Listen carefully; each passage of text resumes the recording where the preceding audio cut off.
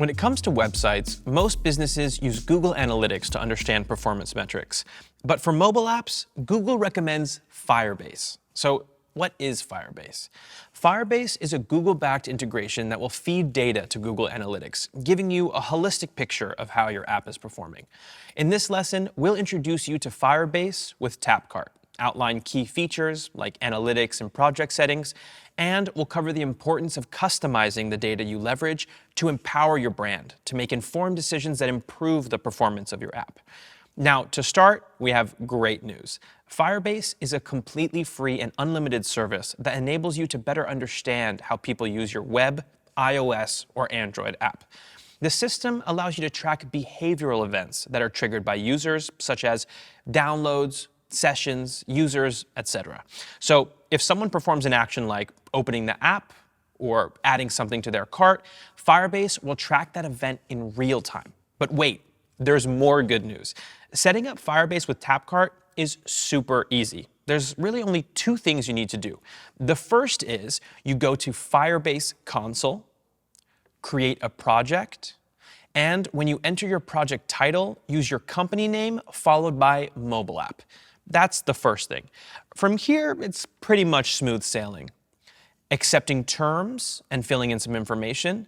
And the next important thing is this. When you're redirected to the main project dashboard, click on the cogwheel and select Users and Permissions and invite team@tapcart.co and choose Editor as the role. And that's it. You're all set. Now, let's talk about what this integration offers. Firebase can essentially track and report a wide range of analytics on your mobile app. All your analytics come through the Firebase dashboard. When accessing Firebase, you will first see the main project overview dashboard.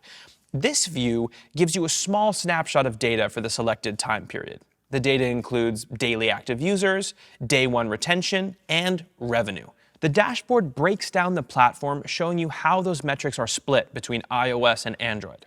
Then we have the Analytics dashboard. This is where you will have a visualized summary of your app activity for the selected time period.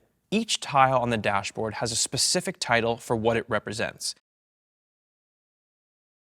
A key tile to call out here is the User Activity Over Time tile. This shows you the count of users broken down into 3 time intervals: 30 days, 7 days, and 1 day. And when you dive further into Firebase, you can really get into the specifics of what you want to track and report. This can include events, audiences, conversion funnels, custom definitions, and even analytics on your latest release to see how successful your new app build has been with downloads from your customers. The functionality is similar to most analytic integrations. You will find that customizing your dashboard and event tracking are incredibly useful tools when analyzing your app performance. More on this at the end of this lesson. We should also note that you can incorporate other integrations with Firebase. You can set up any of the listed integrations under the Integrations tab and simply link your Google Analytics and/or Google Ads account here. By setting this up, Firebase will feed data to your Google Analytics dashboard. So if that's where you prefer to view all of your analytics, that option is available to you as well. Now, let's jump into some best practices for all of this. Best practice number 1, customize your dashboard to easily visualize the tracking and reporting you need. The great thing about Firebase is that it doesn't simply give you some stock settings to use and set you off to utilize those features. Yeah, of course, that would be great if that's all we needed, but the truth is that's not all tracking needs will be the same for everybody. And understanding the most impactful things to track will allow you to utilize Firebase to its full potential. With that being said, here's 2 metrics we recommend to start with. The first are some valuable analytics that we know are necessary to track. This includes app downloads and usage,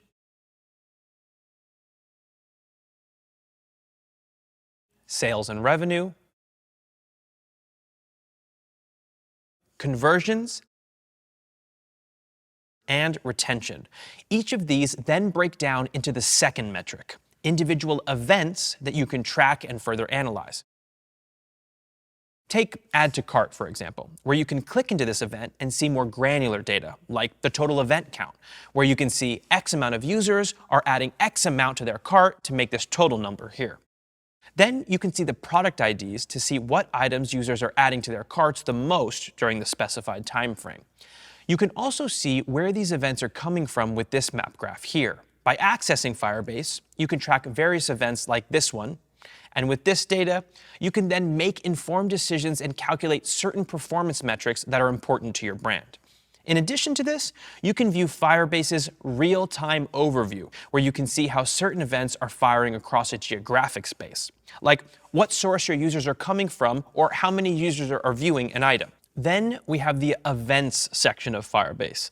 This is where you can view all the event types that Firebase tracks. And within this section, you can mark specific events as conversions. What are conversion events? Well, conversion events are tracked steps a user takes to purchase an item. This could begin with session start, search, add to cart, and then checkout. If they complete checkout, that final step is their conversion. It's important to note you have to manually mark events as a conversion for them to populate within the conversion section of your dashboard. For example, let's mark discount applied as a conversion event. Now I can click into our conversion section and see all the conversion events I'm tracking here. You will see some events, like first open, where you don't have the toggle option. This is because Firebase automatically considers this as a conversion event for you. You can decide what events your brand considered a conversion event based on the data you are interested in tracking.